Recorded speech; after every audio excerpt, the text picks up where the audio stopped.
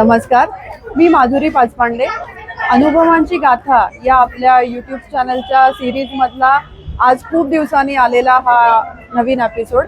खूप छान दिवस आहे, जागतिक महिला दिवस, आणि तुमच्यापर्यंत पोहोचवण्यासाठी एक सुंदर विषय आणि एक सुंदर मोहीम मी घेऊन येते. आणि याचं सगळं श्रेय आहे ह्या टीमला. ही टीम आहे गरुड झेप मोहिमेची टीम. याविषयी तुम्हाला थोडक्यात माहिती देते. गरुड झेप मोहीम, शिवाजी महाराज हे आपल्या महाराष्ट्रापुरतेच मर्यादित आहेत. आज ही तळमळ आणि जी काही ते दुःख आहे ना, ते ह्या टीम कडून मला समजतंय. कारण ह्यांनी आग्रा ते राजगड अशी सायकलवर त्यांची मोहीम पूर्ण केली. 1550 किलोमीटरचा टप्पा त्यांनी सगळ्या प्रकारच्या वातावरणाशी झुंजत पूर्ण केला. अतिशय प्रतिकूल परिस्थिती, कुठेही राहायची सोय किंवा स्वच्छतागृह किंवा कुठल्याही प्रकारची आपल्याला हवी तशी सोय नसताना सुद्धा त्या सगळ्या परिस्थितीत मात करून त्यांनी फक्त शिवाजी महाराजांचं कार्य किंवा त्यांची जी काही घोडदौड होती ती लोकांपर्यंत पोहोचवण्यासाठी ही मोहीम सुरू केली. अतिशय थोडे 20-25 लोकांनी या तळमळीतून ही मोहीम सुरू केली, पण त्याला इतका छान प्रतिसाद मिळाला की जवळजवळ 60 पेक्षा जास्ती लोक त्यांच्यासोबत जोडल्या गेली. आणि यामध्ये विशेष करून महिलांचा सहभाग खूप चांगला होता, आणि तेही ज्येष्ठ नागरिकांचा. आणि हे म्हणणार नाही मी हे ज्येष्ठ नागरिक आहेत वगैरे, ही सगळी तरुण मंडळी आहेत, शिवाजी राजांचे मावळे आहेत.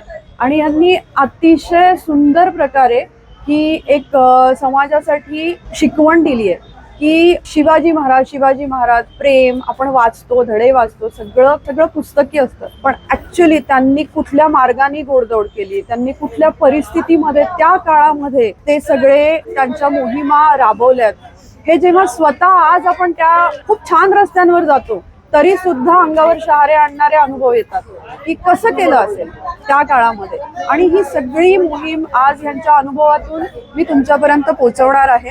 सतीश सर खास मुंबईहून आज इकडे आले आणि त्यांनी मला बोलवून घेतलं. मला खरंच माहिती नव्हतं की आम्ही काय विषयावर बोलणार आहोत, पण मी खूप भाग्यवान समजते स्वतःला की आज जागतिक महिला दिनानिमित्त मला त्यांनी ही संधी दिली की अनुभवांची गाथामध्ये मी त्यांचा सगळा हा अनुभव आणि सरांचा अनुभव, सगळेच दिग्गज आहेत, त्या सगळ्यांचा अनुभव मी तुमच्यापर्यंत पोहोचवू शकणार आहे. तर ही अशी एक गरुड झेप मोहीम ज्याच्याविषयी आपण ह्या पुढे सगळ्या अनुभवातून बोलणार आहोत.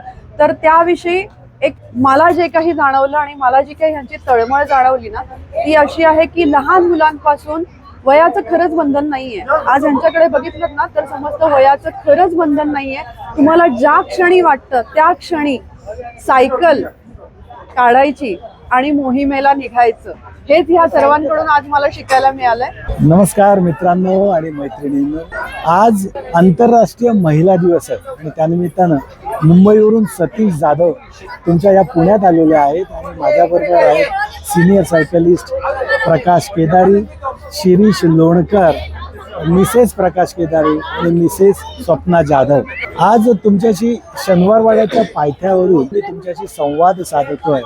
अनुभवांची गाथा या यूट्यूब चॅनलसाठी माझ्या सोबत आहेत कॅमेरामन, व्हिडिओग्राफर आणि सर्व या अनुभवाची गाथाच्या माधुरी पाचपांडे ताई. आणि खरोखरच माधुरी पाचपांडे ताई इथे आल्या आहेत आणि आमची मुलाखत घेत आहेत. मी तुमच्याशी संवाद साधणार आहे या आंतरराष्ट्रीय महिला दिनानिमित्त आणि सायकलिंगच्या महत्त्वासाठी. मित्रांनो, नुकतीच गेल्या ऑगस्टमध्ये आम्ही आग्रा ते राजगड ही सायकलिंग केली आणि त्या अनुषंगाने त्याचे 2 सर्व माझ्यासोबत आहेत. तर मी प्रकाशला पहिल्यांदा सांगेन की थोडीशी माहिती या आग्रा ते राजगड या सायकल वारीची तुम्ही द्यावी. नमस्कार, मी प्रकाश केदारी.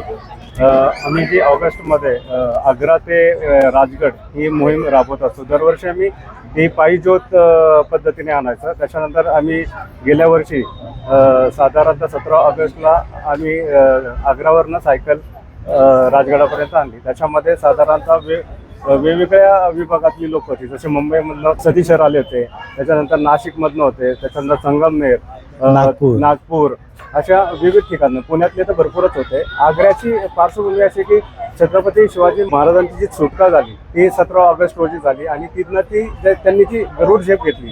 त्यामुळे आम्ही मोहिमेचं नावच गरुड झेप मोहीम ठेवलं.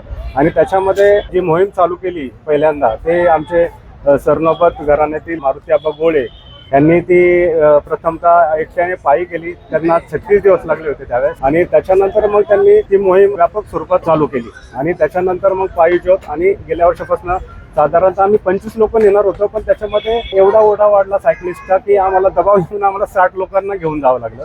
आणि त्याच्यामध्ये जनरली सगळे वयस्कर होते, 60च्या पुढचे होते. त्याच्यानंतर निरुपमा भावे सारख्या साधारणतः 77 वर्षाच्या महिलेने पण त्याच्यामध्ये भाग घेतला होता. आणि एक सुंदर राईड त्याच्यातनं करून आम्ही राजगडापर्यंत पोहोचलो. छत्रपती शिवाजी महाराजांचे जे विचार होते, त्यांची जी तडफदार नेतृत्व होतं, त्यांनी तरुणांना आता की न खचता प्रत्येक संकटाला कसं मात द्यायचं ते त्या मोहिमेतनं खरं घेण्यासारखं आहे. आणि त्यामुळे आम्ही ती मोहीम चालू केलेली आहे. मित्रांनो, तुम्हाला माहीतच आहे की आग्रा म्हटलं की आपल्याला फक्त ताजमहाल आठवतं, पण तुम्हाला माहित आहे का की छत्रपती शिवाजी महाराजांना कुठे कैद करून ठेवलं? तिथे जर विचारलं, आग्र्यामध्ये जाऊन ताजमहालाजवळ त्या गाईडना विचारलं ना, तर कोणीही सांगत नाही की छत्रपती शिवाजी महाराजांना कुठे कैद केलं होतं. पण तीच जागा मारुती आबा गोळे आमचे जे मेंटॉर आहेत त्यांनी ती शोधून काढली 5 वर्षापूर्वी. आणि गेल्या वर्षापासून सायकलवारी केली. तर गेल्या वर्षी जी 17 ऑगस्टला सायकलवारी सुरू झाली ना, त्यावेळेला 2 दिवस अगोदर आम्ही तिथे आग्र्यात पोहोचलो होतो. आणि 16 ऑगस्टला त्या छत्रपती शिवाजी महाराजांना ज्या ठिकाणी कैद करून ठेवलं होतं ना, त्या ठिकाणी सगळ्यांना घेऊन गेलो आणि तिथे मानवंदना दिली. मित्रांनो, मिर्झा राजे जयसिंग तुम्हाला माहीत आहे, त्यांनी छत्रपती शिवाजी महाराजांना कैद करून आग्र्यात नेलं, तर औरंगजेबाकडे नेलं होतं. आणि औरंगजेबाकडे ते झुकले नाहीत, त्यांनी कुर्सीनाथ केला नाही, म्हणून त्यांना नजर कैदेत ठेवलं होतं. 99 दिवस ते नजर कैदेत होते. आणि ती कैद कुठे होती माहिती आहे का तुम्हाला? मिर्झा राजे जयसिंगांचा जो मुलगा आहे मानसिंग, याच्या राजवाडा आणि त्याच्या आउट हाऊसमध्ये त्यांना ठेवलं होतं. आज ती जागा भग्नावस्थेत होती आणि त्या ठिकाणी महाराष्ट्र सरकार आणि उत्तर प्रदेश सरकार यांनी 1-1 कोटीची मदत देऊन, अनुदान देऊन त्या ठिकाणी मोठं संग्रहालय होतं. मित्रांनो, अशा ह्या पावनभूमीला ज्या ठिकाणी 99 दिवस छत्रपती शिवाजी महाराज होते, अशा या पावनभूमीला ही, आणि तिथून जी चातुर्याने ते तिकडनं निसटले आणि जी गरुड झेप घेतली, तर त्या गरुड झेपेचं स्मरण आपण सगळ्यांनी ठेवलं पाहिजे. मित्रांनो, ही शिवचातुर्य दिन म्हणून 17 ऑगस्ट 1666 या दिवशी ते बाहेर पडले. तर 17 ऑगस्ट हा महाराष्ट्र सरकारने आणि केंद्र सरकारने शिवचातुर्य दिवस म्हणून साजरा करायचं ठरवलं. शिवछत्रपतींचे 8वावे रूप, शिवछत्रपतींचा 8वावा प्रताप. पण किती लोकांना माहीत आहे हा प्रताप? फक्त महाराष्ट्रापुरताच हा प्रताप मर्यादित राहिला. आपल्याला खरा इतिहास शिकवलाच गेला नाही. महाराष्ट्राच्या बाहेर त्यांचं जो शौर्य आहे, त्यांचं जो चातुर्य आहे, ते कोणालाच माहीत नाही. आणि तेच या आग्रा ते राजगड या वारीतून आम्ही सर्व लोकांपर्यंत पोहोचवण्याचा प्रयत्न केला. ज्या ज्या ठिकाणी वारी थांबली, रस्त्यातून येताना प्रत्येकाला शिवछत्रपती महाराज काय होते, कशा प्रकारे त्यांनी या संपूर्ण हिंदवी स्वराज्याची स्थापना केली, आणि हाच इतिहास सगळ्यांपर्यंत पोहोचवण्याचं काम आम्ही ह्या आग्रा ते राजगड वारीतून केलं. मित्रांनो, हा दिवस 17 ऑगस्ट 1666 या दिवशी शिवराय ह्या आग्र्यावर निघाले होते. आणि तो शिवचातुर्य दिन म्हणून सरकारने त्याला मान्यता दिली आणि पोस्टाने त्यांचे तिकीट सुद्धा प्रसारित केलं. आणि हीच शिवछत्रपतीची गाथा आपण सर्वांपर्यंत पोहोचूया. भरघोस या पुढच्या वर्षी, त्याच्या पुढे होणाऱ्या या वाऱ्या आहेत, छत्रपतींच्या शिवचातुर्यांची वारी, ही आपण अतिशय मोठ्या प्रमाणात साजरी करूया, हीच तुमच्याकडे प्रार्थना आहे. धन्यवाद. आग्रा ते राजगड वारी करताना जे प्रकर्षाने जाणवलं आम्हाला की महाराष्ट्रपुरतं लिमिटेड असलेले छत्रपती शिवाजी महाराज हे तसं तिथल्या स्थानिक लोकांना त्याची काहीच माहिती नाही. म्हणून आम्ही या सायकल वारीची जी कंटिन्यू गेल्या वर्षीपासून चालू करायची प्रथा अशी चालू ठेवणार आहे. आणि त्या पद्धतीने आम्ही छत्रपती शिवाजी महाराजांचे आचार विचार हे आता फक्त महाराष्ट्रपुरता मर्यादित न राहता ज्या राज्यातनं आम्ही येतो किंबहुना की पूर्ण भारतभर त्यांना जाणलं गेलं पाहिजे. आणि त्या अनुषंगाने आम्ही पुढच्या वर्षापासून छत्रपती शिवाजी महाराजांचा एक चालता रथ आणि त्यांच्याबद्दलची जी काही माहिती पुस्तिका वगैरे याची आम्ही समाविष्ट केलेला आहे. विशेष म्हणजे ह्यामध्ये ज्या महिला शक्तींनी सहभाग घेतला ना, अतिशय प्रतिकूल परिस्थितीमध्ये ही वारी त्यांनी पूर्ण केली. म्हणजे बऱ्याच ठिकाणी तर राहण्याची व्यवस्था नव्हती, या टॉयलेट युरिनची व्यवस्था नव्हती. तर त्या काळात शिवाजी महाराज ह्या मार्गाने कसे आले असतील, किती खरं तर त्यांचे प्रयत्न असले. आणि आता तरी आम्ही सायकलवरून येतो, त्याला त्यांनी घोड्यावरून चालत वेगवेगळे वेश धारण करून ते महाराष्ट्रात पोहोचले. तर छत्रपती शिवाजी महाराज हा जाज्वल्य इतिहास संपूर्ण भारतभर पसरावा हीच आमची तळमळ आहे. आणि त्यासाठी छत्रपती शिवाजी महाराजची ज्योत घेऊन आम्ही आग्र्यावर निघतो.